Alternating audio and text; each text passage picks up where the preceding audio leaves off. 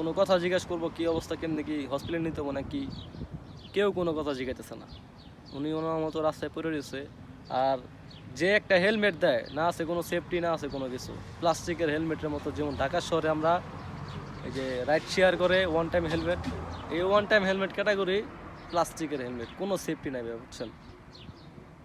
সবাই ভাইবে চিন্তা কাজে আসবেন, টাকা আছে, আপনি বাইক চালাইতে হবো প্রায় কত, হাঙ্গার স্টেশন একটা কোম্পানি, ওটার ভিতরে প্রায় 450টা তলব মারতে হবো। 10 ঘন্টা করেন 12 ঘন্টা করেন, ওই সপ্তাহে টার্গেট পূরণ করতে হবো। মাসে 450টা কমপ্লিট করা বললে 2000 বা 2200 টাকা আপনার স্যালারি আসবো।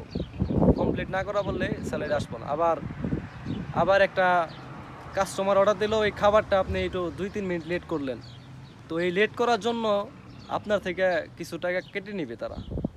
আপনি লেট করছেন, টাইম টু টাইম খাবার ডেলিভারি দিতে হবো, সব কিছু মাইনে চলতে হবো, বুঝছেন ভাই? এই হলো ফুড ডেলিভারির পরিস্থিতি।